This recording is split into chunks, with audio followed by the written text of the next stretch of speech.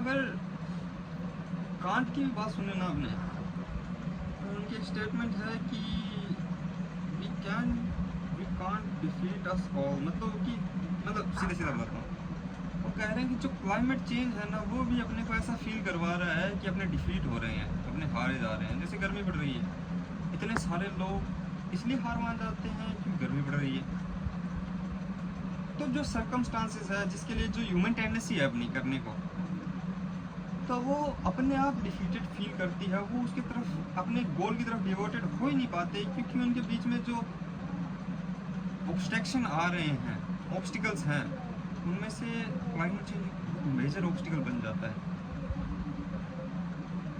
तो उनका एक ये भी है कि अगर you are willing to do something, then you can follow up someone other. मतलब अगर कि आप अगर सोच रहे हो कि ये इंसान आपकी बात सुने या जो आप बता रहे हो उस पर ये चले, पहले यही है कि आपको भी चलना पड़ेगा। जैसे अपने लिटरेरी तो नहीं कहना चाहूँगा, बट जो लोक भाषा के अंदर एक युक्ति कही जाती है, लोकोक्ति जो बोलते हैं, वो ये है कि खुद श्रीमान बैंगन खाए औरों को परहेज बताए।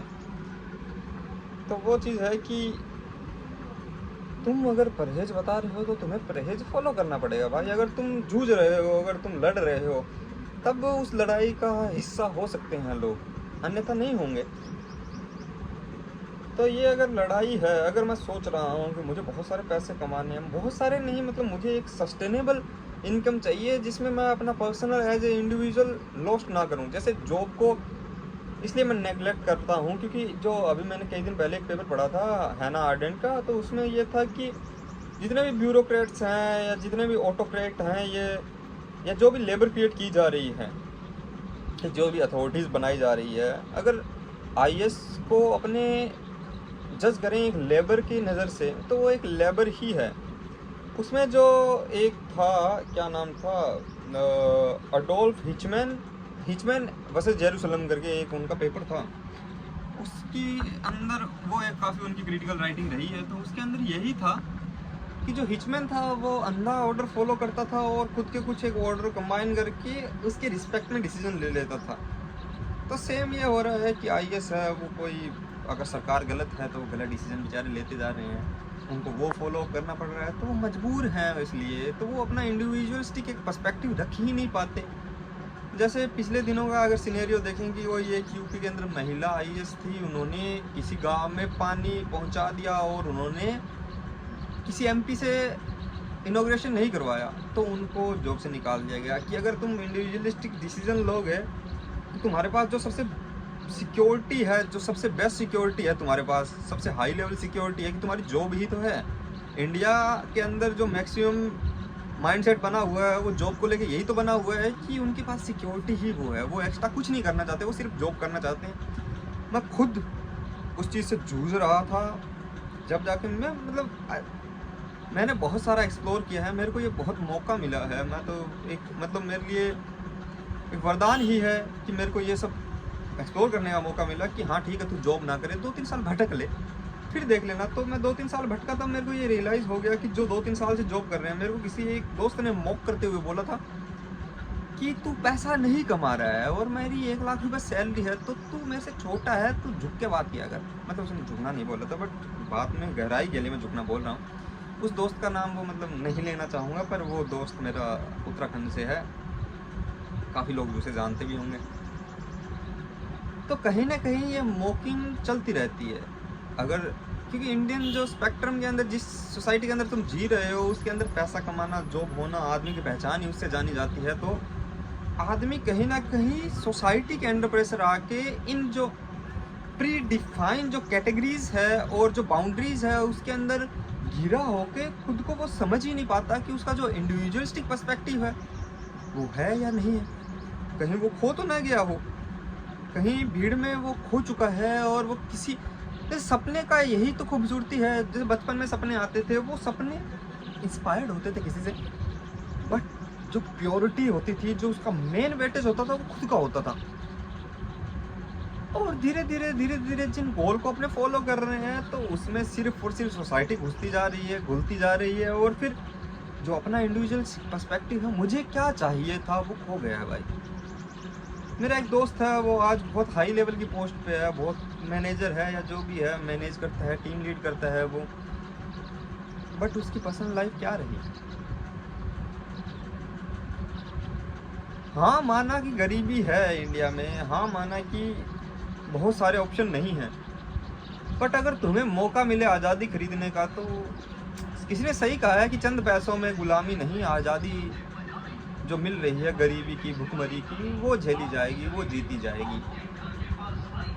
हम अपने अहम की रोटी खाएंगे और जो सांत्वना से प्यास बुझाएंगे, ये वैसे मैंने ही जोड़ के कहा है तो मत इतना गौर करना, पर सच बात यही है। और मेरे को नहीं इतना मन है, और मैं अभी देखो, ऐसा कुछ नहीं है कि मैं बहुत अच्छा कर रहा हूँ, मैं दुकान में बैठा हूँ, छोटा मोटा सेठ बना घूमता हूँ।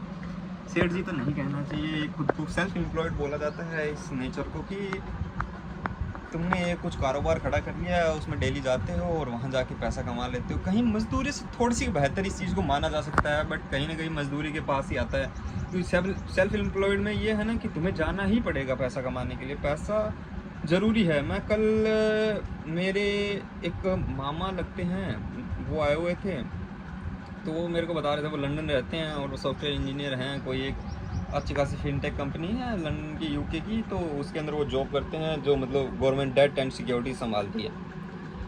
तो प्राइवेट कंपनी के अंदर सॉफ्टवेयर इंजीनियर हैं, उसके मैनेजिंग हेड हैं। तो वो मेरे को बता रहे थे कि हाँ वहाँ की लाइफ ऐसी है, ये है, बट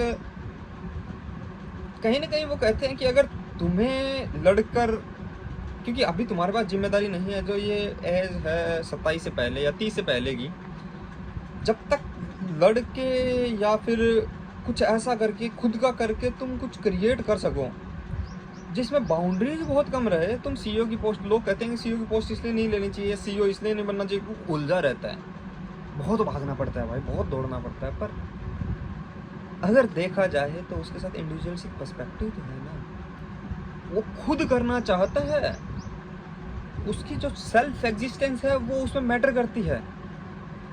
मैं अगर किसी और के लिए भाग रहा हूँ तो सेल्फ एग्जिस्टेंस है वो गायब हो गई भाई।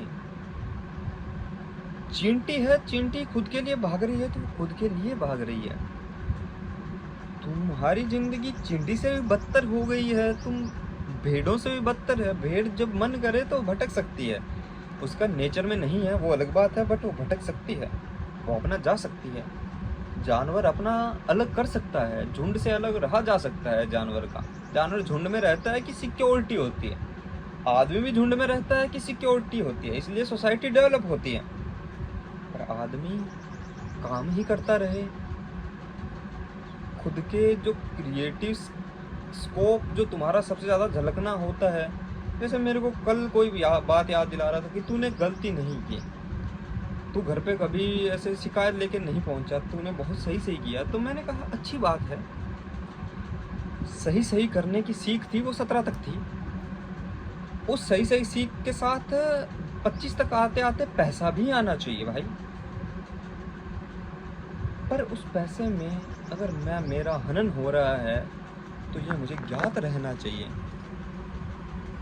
वैसे बहुत मुद्दा बहुत कांड से चालू हो के ये मैं अभी समेटूंगा कैसे, ये सवाल है, तो समेटना मैं इसी जवाब पे चाहूँगा, किसी को मॉक नहीं कर रहा, मैं सिर्फ अपना इंडिविजुअलिस्टिक पर्सपेक्टिव है वो मैं देना चाह रहा था। कि मैं एक पेपर पढ़ रहा था, उस पेपर से मेरे को अभी जैसे कांट वाला तो मेरे को किसी ने अभी भेजा, तो मैं कांट वाले ये पढ़ रहा था कि कांट ने ये कि मतलब किसका है, गोथे यूनिवर्सिटी के एक प्रोफेसर हैं फिलोसफी के, उनका जो लिखा हुआ है, और वो कांट की जो फिलोसफीज़ हैं उनको जो रेलेवेंस है आज की जनरेशन में, आज के वर्ल्ड में, उसको लेके वो पेपर है। आपको भी मैं लिंक प्रोवाइड कर दूँगा, आप भी पढ़ना चाहो तो पढ़ लेना। उसमें वो इतना, मतलब मैं ऐसा नहीं मानता अच्छा ज्ञान है, सारा संपूर्ण ज्ञान नहीं है वो, क्योंकि ज्ञान संपूर्ण तब होता है जब वो तुम लिंक क्रिएट कर पाओ। जैसे मेरा एक दोस्त है, वो ये बात कहता है कि मेरी एक खुद की भूल बताता हूँ पहले, मैं खुद पहले इसलिए नहीं पढ़ता था कि यार इसके आगे ना पीछे का मेरे को कुछ नहीं पता है तो मैं क्यों पढ़ूँ। अब जाके मेरे को ये रियलाइज़ हुई है चीज़ कि अगर नहीं भी पता है ना तब भी तुम्हें पढ़ना चाहिए। इसलिए पढ़ना चाहिए कि कल को तुम कुछ और पता करे और कुछ तुम्हें ज्ञात हो, पता लगे, तो तुम्हें आगे पीछे का पता लगता रहेगा। ऐसे करके जो नॉलेज की चेन है वो क्रिएट होती है। मेरे पास जो वर्ड है, मेरी वर्डिंग है, जो वोकेबलरी है, वो ऐसे ही डेवलप नहीं हुई है। इसमें जो टोनैलिटी है वो शायद थिएटर ने डाली हो, कि मैं थिएटर देखता रहता हूँ, आर्टिस्ट के साथ मिलता रहता हूँ, तब हो सकता है। और ये वर्डिंग है, ये कहीं ना कहीं वो लिटरेचर पढ़ना, वो पेपर्स पढ़ना, कुछ भी पढ़ते रहने से या सुनते रहने से, ज्ञान जहाँ से मिले वहाँ से लपेटने से ये जो वोकेबलरी आई है अभी भी इतनी सही नहीं है, पर हो जाएगा। तो धीरे धीरे धीरे धीरे सब चीज़ें सही हो सकती है। ओ यार नो ओके, मेरे को लगा कि ये बैक कैमरा से मैं रिकॉर्ड कर रहा हूँ, बट ये फ्रंट कैमरा से है। मामा जी, मैंने इतनी तगड़ी स्पीच दी है, इतना सब कुछ बोला है, और मेरे को लगता है कि गलत ही बोल दिया है। दोबारा प्रिपेयर करना पड़ेगा 10 को सुन के। नहीं सही बोला आप। अरे यार चलो, ओके बाय।